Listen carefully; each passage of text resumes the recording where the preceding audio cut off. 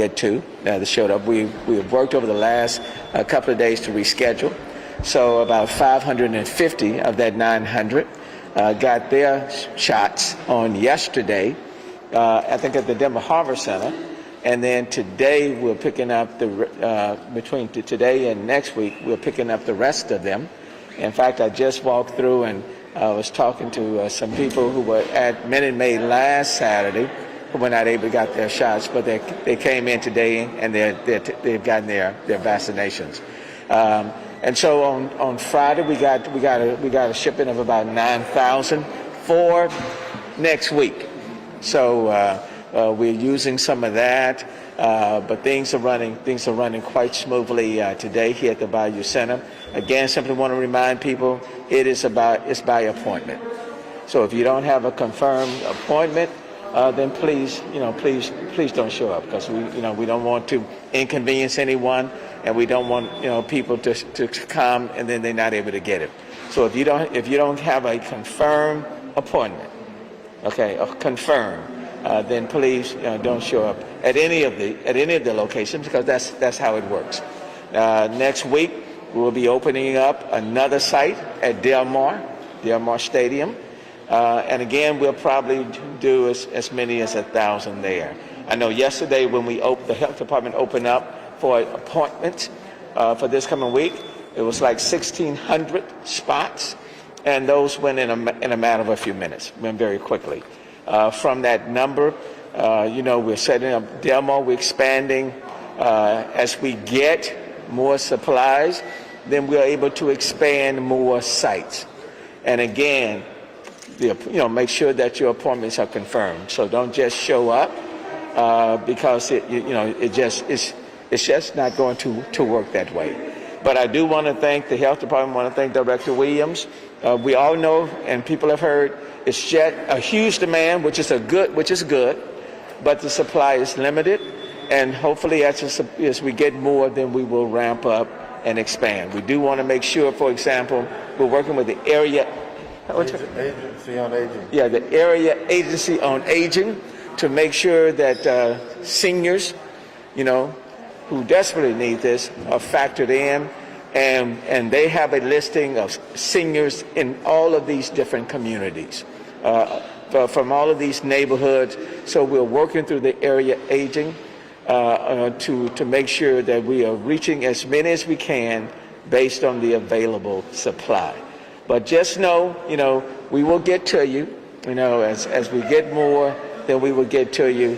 And in the meantime, let me encourage people to keep your masks on and social distance. Now let me yield for a second to Director Williams. I just want to reinforce what the mayor is saying. Basically what we understand is that a lot of people go to sign up on our website and they go through the screening, but they in fact don't complete the process and leave with the impression that they actually have an appointment. So if you don't have a date and a time, then you're not really confirmed for appointment. So I want to emphasize, please don't show up without a confirmed appointment, because what that do is really kind of clutter up our system, and we have challenges related to social distancing. Next week, we're glad to say that in addition to adding on that drive-through site at Del Mar, we're going to continue our vaccinations at the 4 health centers, but we're also partnering with the Hope Clinic on the southwest side, as well as Ibicina Clinic, where we want to ensure that we are meeting the challenges regarding equity and access.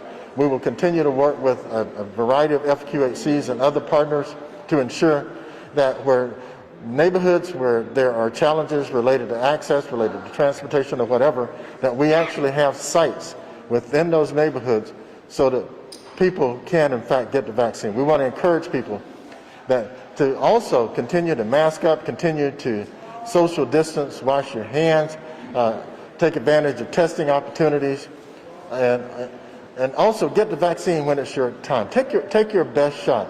It takes all of this in order to meet this challenge regarding COVID. How are all the sites operating right now? Can you sum it up? Basically, the smaller sites I refer to are health centers and the 2 FQHCs that we're partnering with. They're smaller. You'll see a smaller version of what you have here, and they're smoother. They're allowing for social distance, but they're in neighborhoods where people can actually walk around the streets and actually access them. And so that's why we're encouraging that. As vaccine becomes more available, we are in fact going to try to open up more sites like that. The issue here is about access. We want people to be able to access that regardless of what situation they are in from a life circumstance.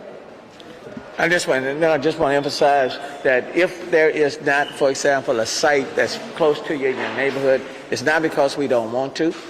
We are prepared to set up additional sites, but again, that is based on the availability of the supply. So, for example, we've been getting between 8,000 to 9,000 doses a week. If that should increase quite a bit more, then we're able to push out more and then quickly open up those additional sites. And I'm hoping the Biden administration will ramp up the production of these vaccines, and then we can do it. But in the meantime, I know people want it. I understand that. I understand the, wanting it now rather than later. But just let me just encourage people, please be patient. It's the City of Houston Health Department. It's also the hospitals. Then you have your pharmacies, and then there are other providers. And again, understand how this works. The feds will send the vaccines to the state, and then it is the state, the governor, for example, that determines who gets what, when. And that's just the way the system works. So this is not where the city health department is getting a direct distribution from the federal government. That's not how it works. Because I've talked to a number of people, and they're saying, Mayor, why don't you set up these sites in these various communities and make sure that you're supplying these vaccines? When, for example, the City of Houston is getting 8,000 to 9,000 doses a week for the entire week, it's just very, very limited. And then also bear in mind that we cannot limit it just to the City of Houston. So when we open that portal, you got people from not only Harris County, they could be coming from Fort Bend, Montgomery County, Galveston. It's open. There are no geographical limitations. So it's not just that this 8,000 or 9,000 is just for the people in the City of Houston. When we open up that portal, anybody, anywhere who's willing to make that drive can access it, and then they're taking advantage because they want that vaccine. So, for example, if they're not able to get it in, let me just say, some other place outside of this region, then we can't restrict it. Well, you've answered a lot of questions, Mayor. Any conversations with Judge Hidalgo about using the NRG park or partnering, anything like that? Well, this actually relates to what the mayor was saying. We are actually in conversations with an organization that is willing to open up another mass vaccination site. One of the facilities they are considering is NRG. But to reiterate what the mayor is saying, if the vaccine is not available, we're only getting 9,000 doses. We can't open up a site that has a capacity of, say, 3,000 a day. It is ultimately our goal to have major distribution sites like that, but we also want to emphasize the neighborhood focus too. Mayor, how are we seeing the situation here in Houston with COVID? Well, the situation is that we're still in the middle of the storm in terms of this pandemic. The numbers are still too high in the hospitals. They're still they're over. The last time I looked at the hospitals for the 9-county region was about 2,200. As you know, during the summer we got up to 2,400. So we are pretty much close to where we were during the summer. And then there are mixed signals, and there are some days it seems though there's starting to be a slight decrease. So I would like to think that we're getting close to the peak, and then maybe in the next week or so, we'll start to see the numbers consistently go down. You just can't look at it day by day, because sometimes, you know, you may see a slight drop, especially like in the reproduction number that I saw this week. And then you start to say the virus is not spreading as much. And then the next day you look at the number and that reproduction number is over 1, which symbolizes that the virus is spreading.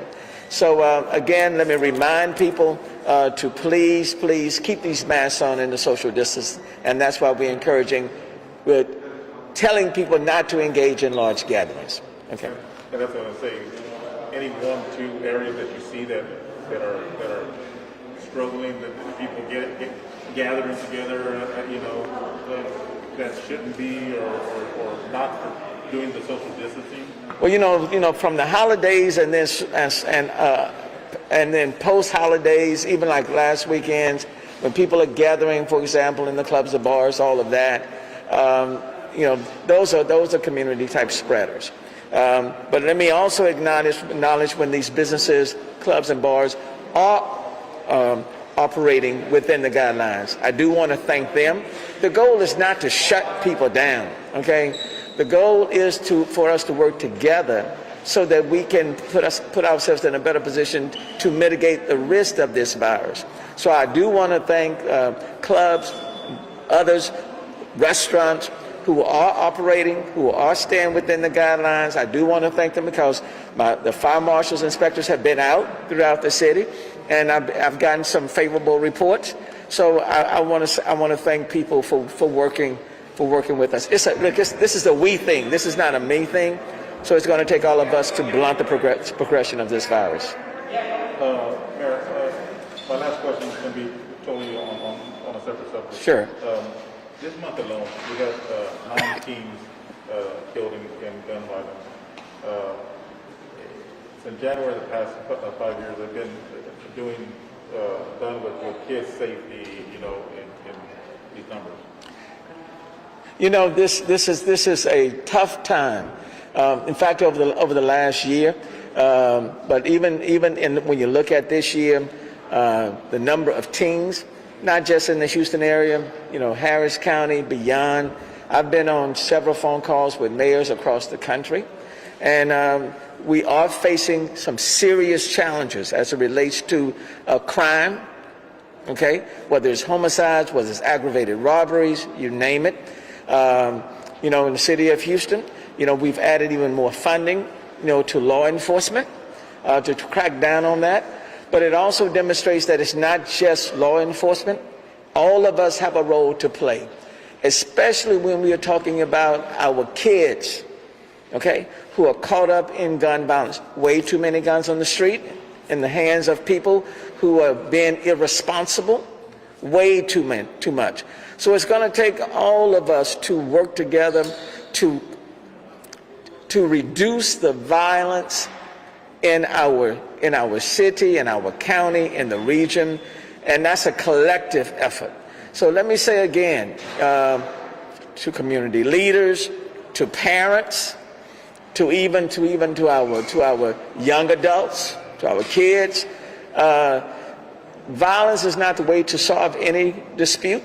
Okay, taking someone else's life will not do it, and I'm asking for the support and cooperation of everybody. Faith-based community, we need your help. Parents, you know, we need your help.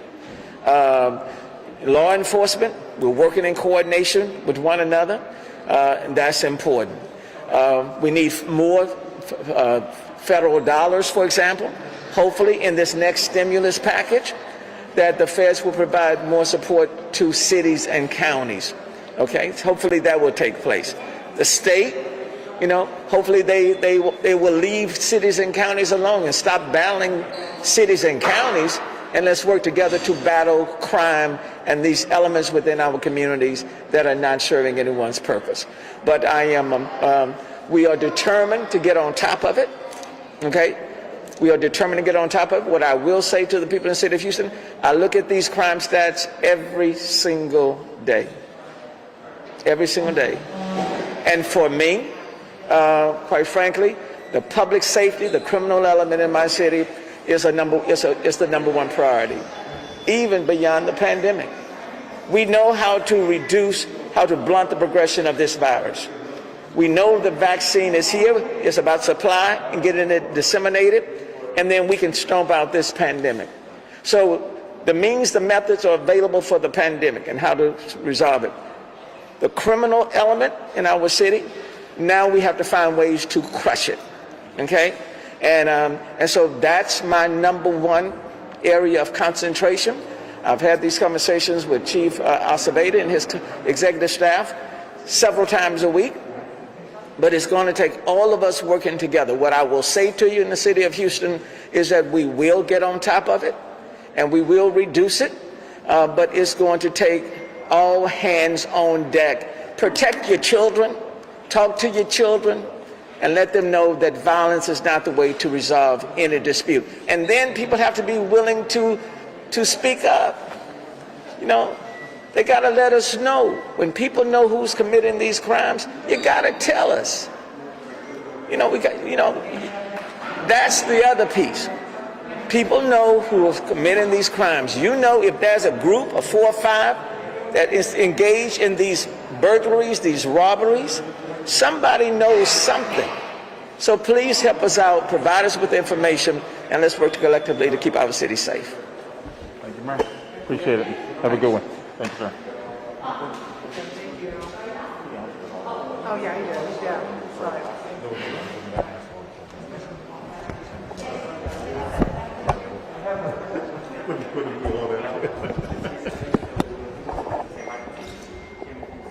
Oh, I gotta go.